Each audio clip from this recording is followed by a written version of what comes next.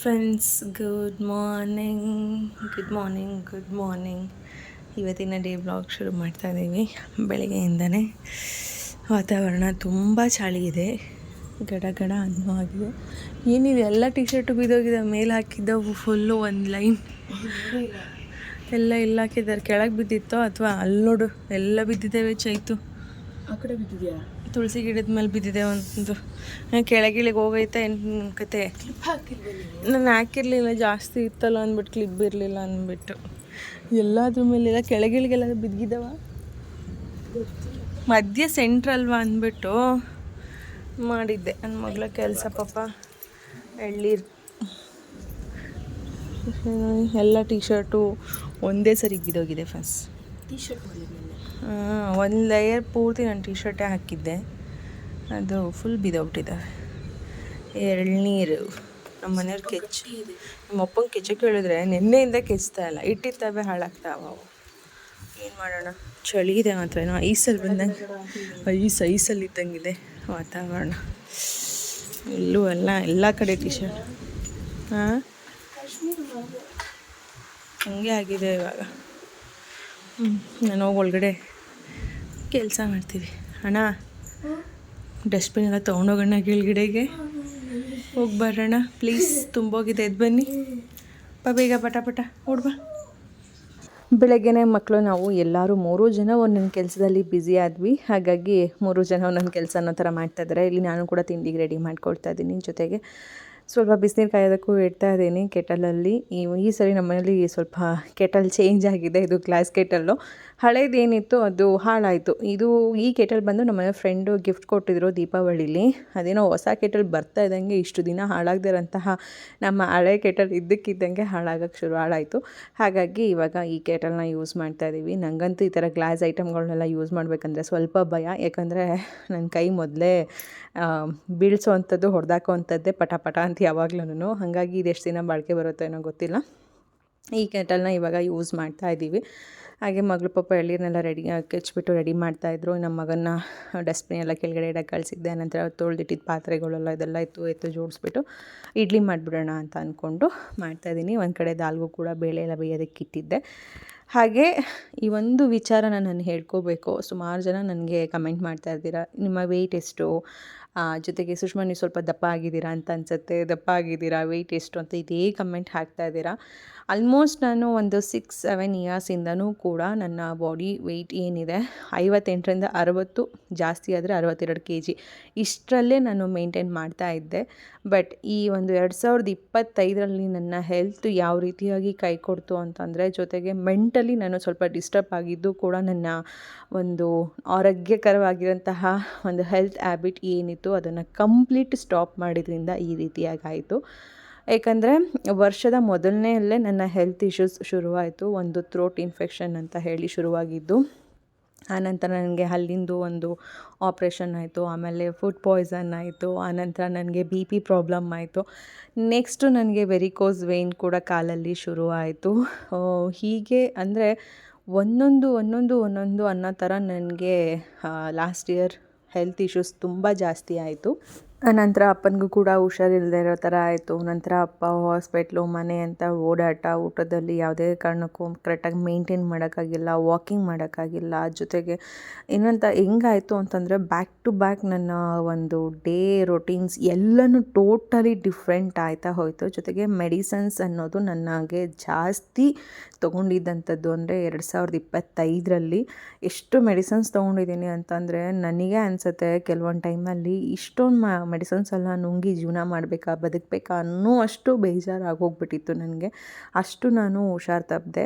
ಹಾಗಾಗಿ ಎಲ್ಲೋ ಒಂದು ಕಡೆ ನನ್ನ ವಾಕಿಂಗ್ ಆಗ್ಬೋದು, ಎಕ್ಸಸೈಸ್ ಆಗ್ಬೋದು, ನಾನು ಯಾವುದೂ ಕೂಡ ಕರೆಕ್ಟಾಗಿ ಮಾಡೋದಕ್ಕೆ ಆಗಲೇ ಇಲ್ಲ. ಜೊತೆಗೆ ಊಟದಲ್ಲೂ ಅಷ್ಟೇ ನಾನು ಕರೆಕ್ಟಾಗಿ ಫಾಲೋ ಅಪ್ ಮಾಡೋಕ್ಕಾಗಿಲ್ಲ. ಯಾಕಂದರೆ ಒಂದು ಹೆಲ್ತ್ ಇಶ್ಯೂಸ್ ಜಾಸ್ತಿ ಆಗಿದ್ದರಿಂದ ನಂತರ ನನಗೆ ಫಿಶಸ್ ಥರ ಪ್ರಾಬ್ಲಮ್ಮು ಕೂಡ ಶುರುವಾಯಿತು. ಅದಕ್ಕೂ ಟ್ರೀಟ್ಮೆಂಟ್ ತೊಗೋಬೇಕಾಗಿತ್ತು. ಸಮ್ಟೈಮ್ಸ್ ಏನಾಯಿತು, ಡಾಕ್ಟರು ಇಲ್ಲ ಒಂದು ಲೇಸರ್ ಆಪ್ರೇಷನ್ ಮಾಡಬೇಕು ಅಂತಲೂ ಕೂಡ ಮೆನ್ಷನ್ ಮಾಡಿದ್ರು. ಬ್ಯಾಕ್ ಟು ಬ್ಯಾಕ್ ನನಗೆ 2025 ನನ್ನನ್ನು ಟೋಟಲಿ ಹಾಸ್ಪಿಟಲೈಸ್ ಅನ್ನೋ ಥರನೇ ಮಾಡ್ತು ಅಂತ ಹೇಳ್ಬೋದು. ಹಾಗಾಗಿ ನನಗೆ ನನ್ನದೇ ಆದಂತಹ ರೊಟೀನ್ಸನ್ನು ನಾನು ಫಾಲೋ ಅಪ್ ಮಾಡೋಕ್ಕಾಗಲಿಲ್ಲ. ಜೊತೆಗೆ ನನಗೆ ಯಾವುದನ್ನು ಕೂಡ ಒಂಥರ ಹೇಗೆ ಅನ್ನಿಸ್ಬಿಡ್ತು ಅಂದರೆ ಏನೂ ಬೇಡ ಅನ್ನೋ ಒಂದು ಲೆವೆಲ್ಗೆ ಮೆಂಟಲಿ ನಾನು ವೀಕ್ ಆಗಿಬಿಟ್ಟೆ. ಒಂದು ಅಪ್ಪಂಗೆ ಹುಷಾರಿಲ್ದಿದ್ದಿದೆ ನನಗೆ ಸಖತ್ತು ಮನಸ್ಸಿಗೆ ನೋವು ಮಾಡಿಬಿಟ್ಟಿತ್ತು. ಹಾಗಾಗಿ ಎಲ್ಲೋ ಒಂದು ಕಡೆ ಅನ್ನಿಸ್ತು, ಅಯ್ಯೋ ಹೋಗಿ ಏನೂ ಬೇಡ ನನಗೆ ತಿನ್ಕೊಂಡು ಅತ್ತಾಗ ಮಲ್ಕೊಂಬಿಟ್ರೆ ಸಾಕು ಅನ್ನೋ ಥರ ಅನಿಸಿ ಮೆಡಿಸಿನ್ಸ್ ಎಲ್ಲ ಹೆವಿ ಜಾಸ್ತಿ ತೊಗೊಂಡು ನನ್ನ ಬಾಡಿ ವೆಯ್ಟ್ ಮತ್ತೆ ಜಾಸ್ತಿ ಆಗೋಗ್ಬಿಟ್ಟಿದೆ.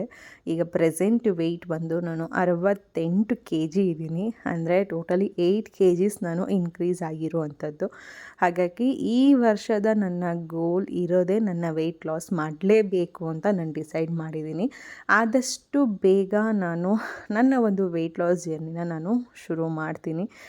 ಏಕೆಂದರೆ ನನಗೆ ಇದ್ರ ಬಗ್ಗೆ ಆಲ್ರೆಡಿ ಅನುಭವ ಆಗಿದೆ. ಈ ಥರ ನಾನು ಓವರ್ ವೆಯ್ಟ್ ಇದ್ದು 25-30 kgನೇ ವೆಯ್ಟ್ನ ಇಳಿಸಿದ್ದೀನಿ. ಅಂಥದ್ರಲ್ಲಿ 8 kg ಇಳಿಸೋದು ನನಗೇನು ಕಷ್ಟ ಆಗೋದಿಲ್ಲ. Hi good morning. ಬೆಳಿಗ್ಗೆಯಿಂದಲೇ ನಮ್ಮ ವ್ಲಾಗ್ ಡೇ ಶುರುವಾಗಿದೆ. ನೋಡ್ತಾ ಇದ್ದೀರಾ ಇವತ್ತು ನನ್ನ ಡೇ ವ್ಲಾಗ್ ಹೇಗೆ ಶುರುವಾಗಿದೆ ಅಂತ.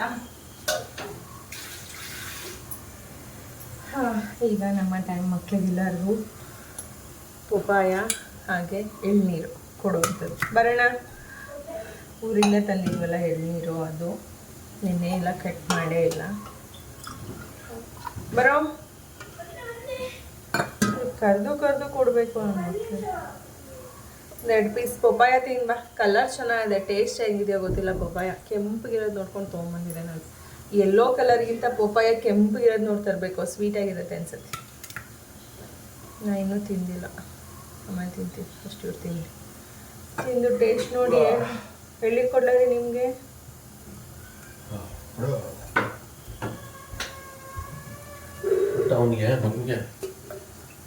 ಮಗನಿಗೆ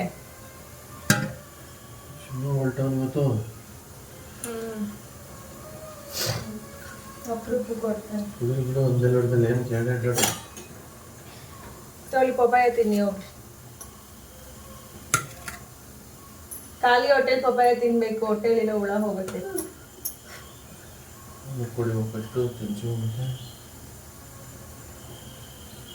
ಕರೆದು ಕೊಡ್ಬೇಕು. ಎಳ್ಳಿ ಪುಡಿ ಬನ್ನಿ, ಆಮೇಲೆ ಏನಾದ್ರು ಪಪ್ಪಾಯ ತಿಂದು ಬನ್ನಿ ಅಂತ. ಪಪ್ಪಾಯ ಟೇಸ್ಟ್ ನೋಡ್ಚುಂಟು ಹೆಂಗಿದೆ ಅಂತ. ಏನು ಹಿಂಗಿದೆ ಇದು? ಕಟ್ ಮಾಡಿರೋದು ಹಂಗೆ, ಅದು ಸೊಟ್ಟ ಪಟ್ಟ ಬಂದಿತ್ತಲ್ಲ ಅಂತ. ಸ್ವೀಟ್ ಆಗಿಲ್ವಾ? ನೀನು ಆಕ್ಷನ್ ನೋಡಿದ್ರೆ, ಅವ್ನು ತಗೊಳ್ಳೋ ಆಕ್ಷನ್ ನೋಡಿದ್ರೆ ಬಟ್ ಇನ್ನ ಗಟ್ಟಿ ಇದೆ. ಏನು ಗಟ್ಟಿ ಇದೆ? ಅದು ಸ್ವಲ್ಪ ಇನ್ನೂ ಕಾಯಿತು. ನಾನು ಕಟ್ ಮಾಡಿಬಿಟ್ಟೆ. ಕೆಂಪಗಿದೆಯಲ್ಲ, ಇನ್ನೂ ಮತ್ತೆ ಬಿಟ್ಟರೆ ಎಲ್ಲ ಇದಾಗೋಗ್ಬಿಡುತ್ತೆ ಅಂತ. ಕೆಳಗಡೆ ಒಂದು ಇದಾರೆ ಇರ್ಬೇಕು. ಚೀಲದಲ್ಲಿರೋ ಎಣ್ಣೆ ತರಬೇಕು, ಮೇಲಕ್ಕೆಲ್ಲ ಮರ್ತೋಗ್ರೆ ಇಲ್ಲ ಒಣಗೋಗ್ಬಿಡ್ತಾರೆ. ಅದು ಕಾಯ ಹೋಗ್ತಾರೆ. ಎಳ್ನೀರು ಕಾಯಾಗಲ್ಲ, ಎಳ್ನೀರು ಹುಳಿ ಬಂದು ಹಾಳಾಗೋಗುತ್ತೆ. ಮರದಲ್ಲಿ ಇಟ್ರೆ ಮಾತ್ರ ಕಾಯಾಗಿರೋದು ಅದು.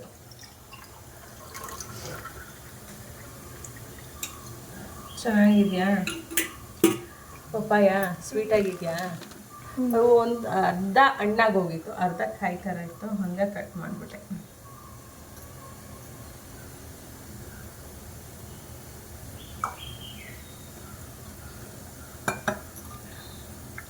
ನಿಮ್ಮ ಜೊತೆ ನಿಮ್ಮ ಪಪ್ಪಾಯ ಬಂದ್ಬಿಡ್ತಾರೆ.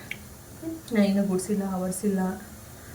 ಕಸ ಗುಡಿಸಿ ಒರೆಸಿ ಸ್ನಾನ ಮಾಡಿ ಹೂವು ಹಾಕಿ ಆಮೇಲೆ ಪೂಜೆ ಮಾಡಬೇಕು. ಇವತ್ತು ಹುಣ್ಣಿಮೆ, ಇವತ್ತು ಸ್ಪೆಷಲ್ ಬೇರೆ. ಅಂದರೆ ಚಂದ್ರ 5:45 ಪೇಪರಲ್ಲಿ ಕೊಟ್ಟಿದ್ದು. ಮಧ್ಯರಾತ್ರಿ 5:45 ಬರುತ್ತಾ? ಬೆಳಗಿನ ಜಾವ 5:45 ಬರುತ್ತಾ? ಸಂಜೆ ಅವ್ರು ಹೇಳಿರೋದು 5:45 ಸಾಯಂಕಾಲ. ಇವತ್ತು ಚಂದ್ರ ತುಂಬ ದೊಡ್ಡದಾಗಿ ಕಾಣಿಸ್ತಾರಂತೆ, ನೋಡಬೇಕು. ಸಾಯಂಕಾಲ ಮಲ್ಕೊಂಡ್ಬಿಡ್ತೀಯಾ? ದೋಳಿಸಿ ಅಂತ ಇದ್ದೀರಲ್ಲ, ನೋಡ್ಬೇಕು ಇವತ್ತು. ಅದಕ್ಕೆ ಬೇಗ ಕಸ ಎಲ್ಲ ಇದು ಸಣ್ಣ ಇರ್ತಾರೆ, ಸಣ್ಣ ಜೊತೆನೇ ಕಾಣಿಸ್ತಾರಂತೆ ಚಂದ್ರ ಇವತ್ತು. ಬೈರೋಕಿಲ್ಲ ನೋಡ್ಬೇಕು, ಎಲ್ಲ ಬೈರೋಕಿಲ್ಲ. ದೇವಸ್ಥಾನಕ್ಕೆ ಹೋಗ್ಬೇಕು ನಾನು. ಟೆರೇಸ್ಗೆ ಹೋಗಿ ನೋಡೋಣ. ಎಲ್ಲಾದ್ರೂ ಹೋಗಿ ನೋಡೋಣ. ನೀನು ಫಸ್ಟ್ ನೋಡೋಣ, ಆಮೇಲೆ ನೋಡೋಣ. ನಾನು 2 ಪೀಸ್ ತಿಂತಾಯಿದ್ದೀನಿ. ಅವಾಗಿಂದ 2 ಪೀಸ ತಿಂದಿರೋದು? ಇಲ್ಲ, 1 ಪೀಸ್ ಆಯ್ತು, ಇವಾಗ 2ನೇದು. ಸರಿ ತಿನ್ನಪ್ಪ, ಆಯ್ತು. ಕೆಲಸ ಮಾಡ್ತೀನಿ ನಾನು ಫಸ್ಟು. ಇಡ್ಲಿ ಆಯಿತು, ಸಾಂಬಾರು ಆಯಿತು. Idli I thought Maggie. No nothing. Idli ಇಟ್ಟಿದ್ದೆ, ಖಾಲಿ ಆಗಬೇಕು.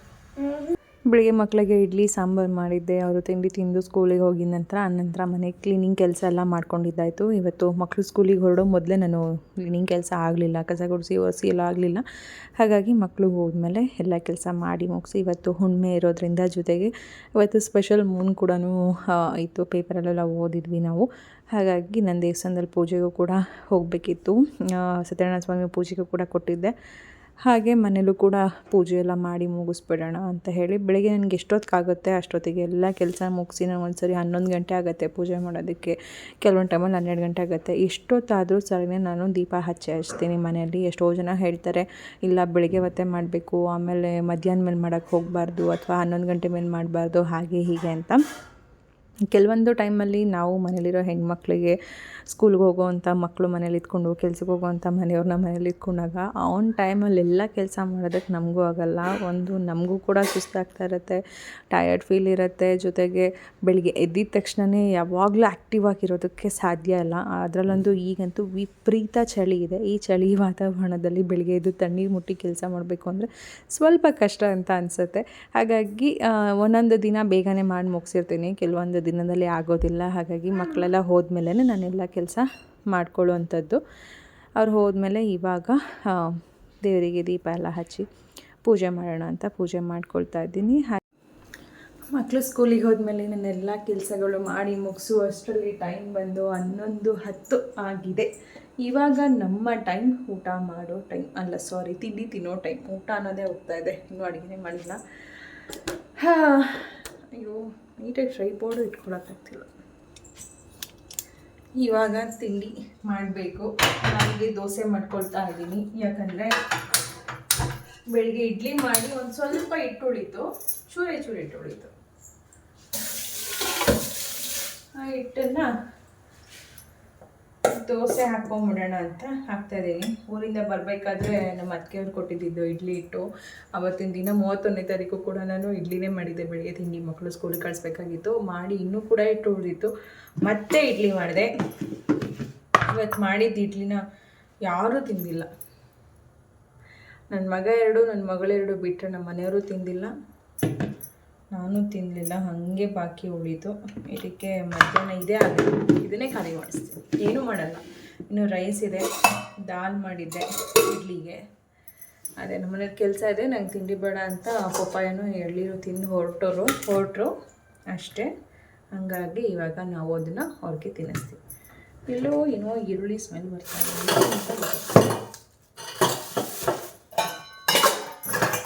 ನೆಕ್ಸ್ಟ್ ಏನಾಗುತ್ತೆ, ಈರುಳ್ಳಿ ಕಟ್ ಮಾಡಿಬಿಟ್ಟು ನನ್ನ ಮಕ್ಕಳು ಜಾಸ್ತಿ ಆಗುತ್ತೆ ಕಟ್ ಮಾಡಿದ್ದು, ಏನಾದರೂ ಅರ್ಧ ಏನಾದರೂ ಉಳಿಯುತ್ತಲ್ವ ತಿನ್ನೋದಕ್ಕೆ, ಅವ್ರ ಅಪ್ಪಂಗೆ ಕಟ್ ಮಾಡ್ತಾರೆ.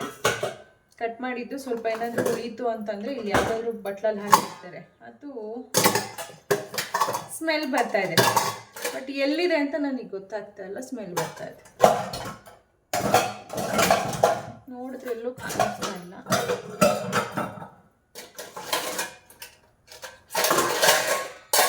ಗೊತ್ತಿಲ್ಲ, ನನಗೆ ಮಾತ್ರ ಈರುಳ್ಳಿ ಸ್ಮೆಲ್ ಬರ್ತಾಯಿತ್ತಾ. ಇವಾಗ ಮಧ್ಯಾಹ್ನ ಕಡೆಗೆ ನೋಡಿ ಮಾಡ್ತೀನಿ, ಯಾಕಂದರೆ ಇಡ್ಲಿ ಇಷ್ಟಿದೆ, ಯಾರು ತಿಂತಾರೆ ಇನ್ನು.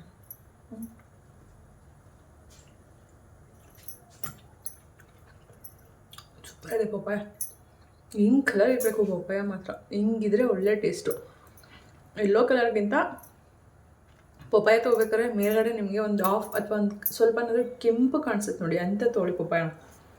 ತೊಗೊಂಡ್ರೆ ಸೂಪರ್ ಇರುತ್ತೆ. ನಾನು ತಂದರೆ ಹಿಂಗೆ ತರೋದು, ನಮ್ಮ ಮನೆಯವ್ರು ತಂದರೆ ಹಿಂಗೂ ತಂದುಬಿಡ್ತಾರೆ.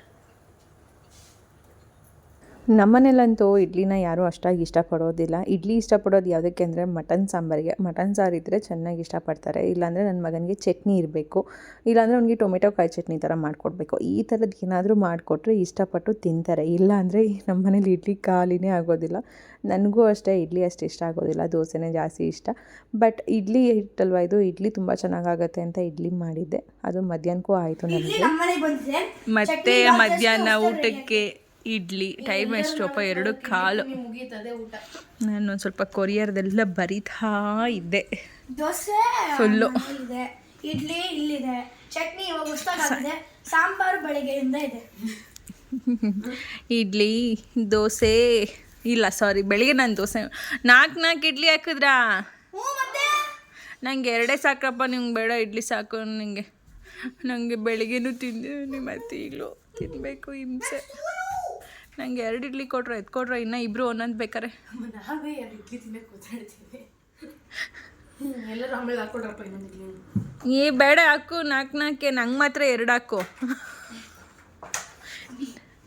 ಖಾಲಿ ಮಾಡ್ರಿ. ಅವ್ರು ನಾನು ಬೇಡ ಅಂತ ಎತ್ತಿಟ್ಟಿದ ತಕ್ಷಣ ನನ್ನ ಮಕ್ಕಳನ್ನೇ ಎತ್ತಿಟ್ಕೊಬಿಡ್ತಾರೆ. ನಂಗೆ ಸ್ಪೂನ್ ಕೊಡ್ರು. ಚಿಕ್ಕ ಪ್ಲೇಟ್ಗೆ ಹಾಕಿದ್ರೆ ಹೋಗಿರೋದೇನು. ಕೈ ಹಾಕೋ ರೈಟ್ ಹ್ಯಾಂಡ್ ಸಖತ್ತು ನೋವು, ಬಲಗೈ ಭುಜ. ಅಯ್ಯೋ ನನ್ನ ಮಗನೇ. ತಿನ್ನಪ್ಪ. ಒಂದು ಸ್ವಲ್ಪ ಹೊರಗೆ ಹೋಗ್ಬೇಕು, ಡಿಮಾರ್ಟ್ ಶಾಪಿಂಗ್ ಹೋಗ್ಬೇಕು, ದೇವಸ್ಥಾನಕ್ಕೆ ಹೋಗ್ಬೇಕು. ಸಾಯಂಕಾಲ ಹೋಗೋಣ ನಾನು ನೀನು. ಅಲ್ಲೋ ಬನಶಂಕರಿಗೆ ಇವಾಗ ಹೋಗೋಕ್ಕಾಗಲ್ಲಪ್ಪ. ಬನಶಂಕರಿಲಿ ಸಖತ್ತು ರಶ್ಶು. ಜಾತ್ರೆ ನಡೀತಾ ಇದೆ ಬನಶಂಕರಿಲಿ, ಫುಲ್ಲು ರಶ್ಶು. ರಥೋತ್ಸವ. ಹಾಗಾಗಿ ಇವಾಗ ಅಡುಗೆ ಏನೂ ಇಲ್ಲ ನೋಡಿ ಫ್ರೆಂಡ್ಸ್. ಇಷ್ಟೇ, ಬೆಳಿಗ್ಗೆ ಇಡ್ಲಿ ಮಾಡಿದರೆ ಅದು ಬಿಟ್ಟರೆ ಬೇರೆ ಏನೂ ಇಲ್ಲ ನಮಗೆ ಊಟ. ನಿಧಾನಕ್ಕೆ ತಿನ್ನು. ಅಲ್ಲಾಡ್ತಾ ಇದೆ ಪಾಪ, ಅವರಿಗೆ ವಯಸ್ಸಾಗ್ಬಿಟ್ಟಿದೆ. ನಿಧಾನಕ್ಕೆ ತಿನ್ನಿ. ಇಡ್ಲಿನೂ ತಿನ್ನೋಕ್ಕಾಗದೇ ಇರೋಷ್ಟು ಒದ್ದಾಡ್ತಿದ್ದಾರೆ. ಬೆಳಗ್ಗೆ ಮಾಡಿದ್ದು ಇಡ್ಲಿ ಯಾರೂ ತಿಂದೇ ಇರೋದಕ್ಕೆ ಮಧ್ಯಾಹ್ನನೂ ಇದನ್ನೇ ತಿಂತಾಯಿದ್ದೀವಿ. ಬೇಜಾರಾಗ್ಬಿಟ್ಟಿದೆ. ಇಡ್ಲಿ ಮೇಲೆ ಜಿಗುಪ್ಸೆ ಬರ್ತಾಯಿದೆ. ಎಷ್ಟು ಬೇಕಾದ್ರೆ ತಿನ್ಬೋದು ಇಡ್ಲಿ. ನನಗೆ ಇಡ್ಲಿ ದೋಸೆ 2 ತಿನ್ಬಿಟ್ಟು ಚಟ್ನಿ ಇದ್ರೆ ಮಾತ್ರ. ನಾಳೆ ಏನಾದರೂ ಮಾಡೋಣ ಬಿಡಿ. ಇವಾಗ ತಿಂದುಬಿಟ್ಟು ಒಂದಷ್ಟು ಕೊರಿಯರ್ ಇದೆ ಎಲ್ಲನೂ ಪ್ಯಾಕ್ ಮಾಡಿಬಿಟ್ಟು ಆಮೇಲೆ ನಾನು ನನ್ನ ಮಗ ಡಿಮಾರ್ಟ್ಕೊಬಿಟ್ಟು ಬರ್ತೀವಿ. ಯಾಕಂದ್ರೆ ನನ್ನ ಮಗಳಿಗೆ ಇನ್ನೇನು ಕ್ಲಾಸ್ ಶುರು ಆಗುತ್ತೆ. ಅವರು ಕ್ಲಾಸಲ್ಲಿ ಕೊಡ್ತಾರೆ. ಮಾಡಿ ದೊಡ್ಡ ಇವತ್ತು ಹುಣ್ಣಿಮೆ 3ನೇ ತಾರೀಕು ಜನವರಿ 3. ನಮ್ಮ ಚಂದ್ರ ಈ ಥರ ಕಾಣಿಸಿದ್ದಾರೆ. 5:45 ನೋಡಬೇಕಾಗಿತ್ತು. ಬಟ್ ನಾವು ಡಿಮಾರ್ಟ್ ಶಾಪಿಂಗ್ ಡಿಮಾರ್ಟ್ ಶಾಪಿಂಗ್ ಹೋಗಿ ನೋಡಿಲ್ಲ ಫ್ರೆಂಡ್ಸ್. ಪೇಪರಲ್ಲಿ ಕೊಟ್ಟಿದ್ರು ಇವತ್ತು ಏನೋ ಸ್ಪೆಷಲ್ ಇದೆ ನಮ್ಮ ಮೂನ್ ಅಂತ. ನಡೀರಿ ನೋಡಿ, ನಿಮ್ಮ ಅಕ್ಕ ಬಾಗಿಲೇ ತೆಗ್ದಿಲ್ಲ ಅಲ್ಲಿನ. ನಾವು ಡಿಮಾರ್ಟ್ ಶಾಪಿಂಗ್ ಹೋಗಿದ್ವಿ. ಮಧ್ಯಾಹ್ನ 3:15 ಹೋದವರು. ಬ್ಯಾಗ್ ಇತ್ತಮ್ಮ. ಚಪ್ಪಲ್ ನನಗೆ ಒಂದು ಸಿಕ್ತು. ಇವಾಗ ನಾನು ಹೋದಾಗ ವೀಡಿಯೋ ಮಾಡ್ಕೊಂಬರ್ಬೇಕಿತ್ತು ಪಾಪು. ಎತ್ತು ಬೇಗ ಚಿಂಟು. ಕಲರ್ ಚೆನ್ನಾಗಿತ್ತು ಇನ್ನೊಂದು, ಬಟ್ ಸೈಜ್ ಸಿಗಲಿಲ್ಲ. 40 ಸಿಕ್ಕಿಲ್ವಾ? 37 39 ಇತ್ತು. ಅಲ್ಲಿ ಇಡೀ ನಾಳೆಗೆಲ್ಲ ಎತ್ಕೊಂಡಾಯ್ತು.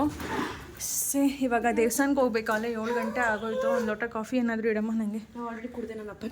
ನಿಮ್ಮಪ್ಪ ಬಂದಿದ್ರಾ? ನಂದು ಕಾಫಿ ಮಾಡಿ ಕೂತ್ಕೊಂಡು. ಓಕೆ. ಇನ್ನೇನಂದ್ರು? ಏನಂತಾರೆ ಅಷ್ಟೇ. ಅದೆರಡು ಪೇರ್ ಸ್ಲಿಪ್ಪರ್ಸ್ ತೊಗೊಂಬಂದೆ. ಯಾರು ನನಗೆ? ಇಬ್ರಿಗೂ ಆಗುತ್ತೆ. ನಂದು ನಿಂದು ಅದೇ. ಬಟ್ ನಾನು ಬ್ಲ್ಯಾಕ್ ತೊಗೊಳೋದು ಬೇಡ, ನಿನ್ನ ಹತ್ರ ಆಲ್ರೆಡಿ ಬ್ಲ್ಯಾಕ್ ಇದೆಯಲ್ಲ ಅಂದ್ಬಿಟ್ಟು ಇನ್ನೊಂದು ಕಲರ್ ನೋಡಿದೆ.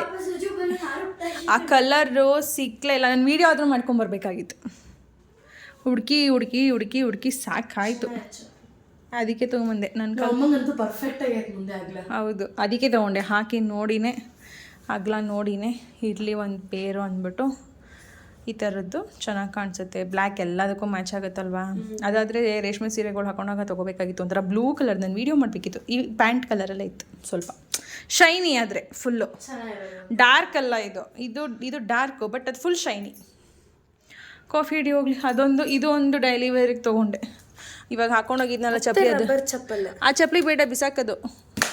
ಇದು ಅಂದರೆ ಸಾಫ್ಟಾಗಿರುತ್ತೆ ಕಾಲಿಗೆ ಅಂತ ಹಾಕ್ಕೊಳ್ಳೋಕ್ಕೆ ಫ್ರೆಂಡ್ಸ್. ಹಿಂಗೆ ಸಾಫ್ಟಾಗಿರಬೇಕು ಡೈಲಿ ವೇರ್ಗೆ. ಇವಾಗ ನಾನು ಡಿಮಾರ್ಟ್ ಇವೆಲ್ಲ ಶಾಪಿಂಗ್ ಎಲ್ಲ ಹೋದಾಗ ಈ ಥರದ್ದು ಹಾಕ್ಕೊಳ್ಳೋಕ್ಕಾಗಲ್ಲ, ಹಾರ್ಡಾಗಿರೋದು ಹಾಕೋಕ್ಕಾಗಲ್ಲ. ಈ ಥರ ಸಾಫ್ಟಾಗಿದ್ದರೆ ನಮಗೆ ನಡೆಯೋದಕ್ಕೆ ಸ್ವಲ್ಪ ಆರಾಮ್. ಏನೂ ಅಷ್ಟು ಹಿಂಸೆ ಅನಿಸಲ್ಲ. ಇಲ್ಲಾಂದರೆ ಹಿಂಡಿ ನೋವು ಬರುತ್ತೆ. ನಿಂಗೂ ಆಗುತ್ತೆ, ನನಗೂ ಆಗುತ್ತೆ. ಇಬ್ಬರು ಮುಂದೆ ಸೇರಿಸೋದಕ್ಕೆ ನಿಮಗೂ ಕೂಡ ಆರಾಮ್ಸೆ ಹಾಕೋಬೋದು. ಎಲ್ಲದಕ್ಕೂ ಮ್ಯಾಚ್ ಆಗುತ್ತೆ. ಓಕೆ, ನೀವು ಹಾಕೊಳ್ಳಿ. ನನ್ನ ಮಗಳಿಗೆ ಇದಿಷ್ಟ ಆಗಲ್ಲ. ಇಂಥವೆಲ್ಲ ಆಂಟಿದಿರ್ತಾರೈತೆ ಅಂತ ಫೀಲ್ ಆಗುತ್ತೆ ಅವಳಿಗೆ. ಈಗ ಹುಡುಗಿರೇ ಹಾಕ್ತಾ ಇರೋದು ಇದನ್ನು. ಆಯಿತು ಬಿಡಿ, ನಾನೇ ಹಾಕ್ಕೊತೀನಿ. ನನಗೆ ತೊಗೊಂಬಂದಿರೋದು. ಓಕೆ, ಇನ್ನೊಂದಷ್ಟು ಶಾಪಿಂಗ್ ಆಯಿತು. ಕ್ಲಿಪ್ಪೇನೋ ತೊಗೊಂಬಂದು. ಜಸ್ಟ್ 50 ರೂಪೀಸ್ ಕ್ಲಿಪ್, ಅಲ್ಲ 60 ರೂಪೀಸ್. ಇದೆರಡು ಕ್ಲಿಬ್ಬು, ಇಷ್ಟೊಂದು ಚಾಕು ಏನು ಮಾಡೋಕ್ಕೆ? ಟೊಮೆಟೊ ಕಟ್ಟಂಗಿ, ಟೊಮೆಟೊನ ಇಷ್ಟೇ ಕಟ್ಟಿಂಗ್, ಈ ಥರ ಜಿಗ್ಜ್ಯಾಗ್ ಚಾಕು ಎಲ್ಲ ನಮ್ಮದು ಹಾಳಾಗ್ಬಿಟ್ಟಿತ್ತಲ್ಲ, ಟೊಮೆಟೊ ಕಟ್ ಮಾಡೋಕ್ಕೆ ಅಂತ ಗಟ್ಟಿ ಇರುತ್ತೆ ಅಂತ. 5:45 ಬಂದಿಲ್ಲ, 6:45 ಬಂತು. ಇವಾಗ ನೋಡಿದೆ ನಾನು, ಮಿನಲ್ ಬಂತು. ಸರಿ ಎತ್ತಿಡಿ, ಇನ್ನೆಲ್ಲ ಸುಮಾರಿದ್ದಾವೆ, ಅವು ಇವು ಎಲ್ಲ ತಂದಿರೋವೆಲ್ಲ ಏನೇನು ತಂದಿದ್ದೀವಿ. ಶಾಂಪು ಬೇರೆ ತೊಗೊಂಬಂದಿದ್ದೀನಿ ಸನ್ಸಿಲ್ಕ್ ಜೊತೆಗೆ, ಇನ್ನೊಂದು ನೋಡೋಣ ಇದು ಅಂತ ಟ್ರಯಲ್. ನನ್ನ ಮಗಳು ಬೈಕೊಂತಾಳಮ್ಮ, ಯಾಕಮ್ಮ ಹಿಂಗೆಲ್ಲ ತರ್ತೀಯ ಅಂತ. ನೋಡೋಣ ತರ್ತಾ ಇರ್ತಾರಪ್ಪ. ಇನ್ನೇನೇನೋ ತಂದೆ, ಏನೇನು ತಂದೆ ಅಂತ ನನಗೆ ಗೊತ್ತಿಲ್ಲ, ಏನೇನಿದೆ ಅಂತಲೂ ಗೊತ್ತಿಲ್ಲ. ಅಲ್ಲಿದೆ, ಆಮೇಲೆ ನೋಡ್ಕೊಳ್ಳೋಣ. ಚಿಂಟು ಕೈ ಮುಖ ತೊಳಿ, ಟೈಮ್ ಆಯಿತು. 3:45ಗೆ ಹೋಗಿದ್ದೆ ಫ್ರೆಂಡ್ಸ್ ನಾವು. 3:45ಯಿಂದ ಎಷ್ಟು ಗಂಟೆಗೆ ಬಂದರು ನಿಮ್ಮಪ್ಪ? ಟ್ಯೂಷನ್ ಕೂತಾಗಲೇ ಬಂದರು. 4 ಗಂಟೆಗೆ ಬಂದ್ರಾ? ಹೋಗಿದ್ದು 4:30 ಅನ್ಕೊಳ್ಳಿ ಅಪ್ಪ ಬಂದಾಗ. ಹಾಂ, ಹೋಗಿದ್ದು ಒಂದು 6 ಆಗೋಗಿತ್ತು, 6:15. ಓಕೆ. ಆಚೆನೇ ಇದೆ. ನಾವು 3:45ಯಿಂದ 4:45, 5:45, 6:45 3 hours ಶಾಪಿಂಗ್ ಮಾಡಿದ್ದೀವಿ. ನಿಧಾನಕ್ಕೆ ಮಾಡಿದ್ದೀವಿ, ಏನು ಅಂತ ಗಡಿಬಿಡಿ ಇರಲಿಲ್ಲ ಅಂದ್ಬಿಟ್ಟು. ನನ್ನ ಮಗಂಗೆ ಒಂದು ಜೊತೆ ಸ್ಲಿಪ್ಪರ್ಸ್ ತೊಗೊಂಡಿದ್ದೆ, ಅದು ಯಾಕೋ ಇಷ್ಟ ಆಗಲಿಲ್ಲ, ಕೊನೆಗಲ್ಲೇ ಬಿಟ್ಟು ಬಂದೆ. ಈಗ ಹೋಗೋಣ ಫಸ್ಟು ಹೊರಗಡೆ. ಈಗಂತೂ ಡಿಮಾರ್ಟ್ಗೆ ಹೋದರೆ ಸಾಕು, ಬಟ್ಟೆಯಿಂದ ಹಿಡಿದು ನಾವು ಹಾಕೋ ಸ್ಲಿಪ್ಪರ್ಸು ಪ್ರತಿಯೊಂದು ಅಲ್ಲೇ ಸಿಗೋದ್ರಿಂದ ನಾನಂತೂ ಇವಾಗ ಒಂದೊಂದು ಕಡೆಗೆ ಒಂದೊಂದು ಹೋಗಬೇಕು ಅಂತ ಅನ್ನೋದೇ ಇಲ್ಲ. ಒಂದು ಸರಿ ಹೋದಾಗ ಏನಾದರೂ ಇಷ್ಟ ಆದರೆ ಸ್ಲಿಪ್ಪರ್ಸ್ ಆಗ್ಬೋದು, ಅಥವಾ ಮಕ್ಳಿಗೆ ಏನಾದರೂ ಬಟ್ಟೆ ಆಗ್ಬೋದು, ಏನಾದರೂ ಇಷ್ಟ ಆದರೆ ಅಲ್ಲೇ ತೊಗೊಂಡು ಬರ್ತಾ ಇರ್ತೀನಿ. ಅಂದರೆ ಡೈಲಿ ವೇರ್ಗೆಲ್ಲ ಹಾಕ್ಕೊಳ್ಳೋದಕ್ಕೆ ಮಕ್ಳಿಗೆ ಟೀ ಶರ್ಟು ಅಥವಾ ಡೈಲಿ ವೇರ್ ಸ್ಲಿಪ್ಪರ್ಸು ಎಲ್ಲನೂ ಕೂಡ ಸೂಪರಾಗಿ ಸಿಗುತ್ತೆ ಡಿಮಾರ್ಟಲ್ಲಿ. ಹಾಗಾಗಿ ಎಲ್ಲನೂ ಶಾಪಿಂಗ್ ಮಾಡಿ ಬರೋ ಅಷ್ಟರಲ್ಲಿ ಟೈಮೇ ಆಗಿತ್ತು. ಆನಂತರ ದೇವಸ್ಥಾನಕ್ಕೂ ಕೂಡ ಹೊರಡಬೇಕಿತ್ತು ನಾನು. ಇಲ್ಲಿ ಮಗಳು ಅಡುಗೆಗೆ ರೆಡಿ ಮಾಡ್ಕೊತಾ ಇದ್ರು. ಈಗ ಆಲ್ಮೋಸ್ಟ್ ನನ್ನ ಮಕ್ಕಳು ಸ್ವಲ್ಪ ನನಗೆ ಹೆಲ್ಪ್ ಮಾಡೋದ್ರಿಂದ ನನಗೆ ಯಾವುದೂ ಕೆಲಸಗಳ ಬಗ್ಗೆ ಜಾಸ್ತಿ ಟೆನ್ಷನ್ ಆಗೋದಿಲ್ಲ. ಯಾಕಂದರೆ ಸಣ್ಣ ಪುಟ್ಟ ಅಡುಗೆ ಮಾಡೋಕ್ಕೆ ನನ್ನ ಮಗಳಿಗೂ ಬರುತ್ತೆ, ಮಾಡ್ಕೊಳ್ತಾರೆ. ಹಾಗೆ ನನ್ನ ಮಗನೂ ಕೂಡ ಕೆಲವೊಂದು ಕೆಲಸಗಳಿಗೆ ಹೆಲ್ಪ್ ಮಾಡ್ತಾನೆ. ಹಾಗಾಗಿ ಎಲ್ಲ ಕೆಲಸನೂ ಕೂಡ ಪಟ ಆಗೋಗ್ಬಿಡುತ್ತೆ. ಈಗ ಮನೆಯಲ್ಲೆಲ್ಲ ಪೂಜೆ ಮಾಡಿ ನಾನು ನನ್ನ ಮಗ ದೇವಸ್ಥಾನಕ್ಕೆ ಹೊರಟ್ವಿ.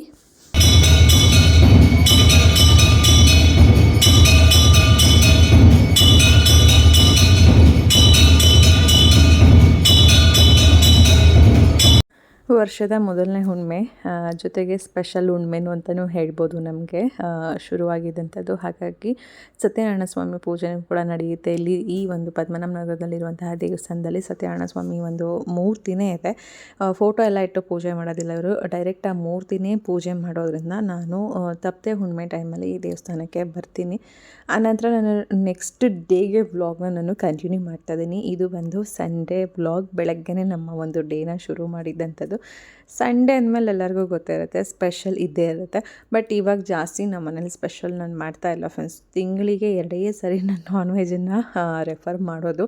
ಬಟ್ ಆದರೂ ಮಧ್ಯದಲ್ಲಿ ಏನಾದರೂ ತಿನ್ನಬೇಕು ಅಂತ ಅನ್ಸಿದ್ರೆ ಮನೆಯವರು ಹೋಟ್ಲಿಂದ ತಂದು ತಿಂತಾರೆ. ಇಲ್ಲ ಅಂತಂದರೆ ಇದೊಂದು ಸರಿ ಮಾಡು ಪರವಾಗಿಲ್ಲ ಅಂಥೇಳಿ ತೊಗೊಂಬಂದು ಮಾಡಿಸ್ತಾ ಇರ್ತಾರೆ. ಬಟ್ ಆದಷ್ಟು ನಾನ್ ವೆಜ್ನ ಕಡಿಮೆ ಮಾಡಬೇಕು ಅಂತ ಅಂದ್ಕೊಂಡಿದ್ದೀನಿ. ಟ್ರೈ ಮಾಡ್ತಾ ಇದ್ದೀನಿ ಸ್ವಲ್ಪ ಮಟ್ಟಿಗೆ ಕಡಿಮೆ ಮಾಡೋದಕ್ಕೆ. ಏನು ಹಚ್ತಾನೆ ಇಲ್ಲ ಚಾಕು. ಇದು ಬೈ ಟೊಮೆಟೊ ಹಚ್ಚಕ್ಕೇನು ತೆಗೆದ್ಬಿಟ್ಟು ಆಲ್ರೆಡಿ ಕೆಳಗಡೆ ಒಂದು ಚಾಕು ಎತ್ಕೊಟ್ಟ. ಬೇಡ ಇದೆ ಚಾಕು, ಬಟ್ ಹೊಸ ಚಾಕು ತೊಗೊಂಬಂದಲ್ಲ ಅಂತ ಟ್ರೈ ಮಾಡೋಣ, ಏನೋ ಸ್ಪೆಷಲ್ ಆಗಿತ್ತು ಅಂದ್ಬಿಟ್ಟು ತೊಗೊಂಡೆ. ಶಾರ್ಪ್ ಎಲ್ಲ ಆದರೆ ಚಾಕು ಬರೀ ಟೊಮೆಟೊ ಅದೇ ಈರುಳ್ಳಿ ಕೆಳಗಡೆ ಚಾಕು ಬಿಟ್ಟು ಬಂದಿದ್ದೀರಾ, ಅದಲ್ಲೇ ಇದ್ದೆ ಬಿಡು, ಅಲ್ಲಿ ಏನಾದರೂ ಕಟ್ ಮಾಡೋದು. ಟೊಮೆಟೊ ಕಟ್ ಮಾಡೋಣ.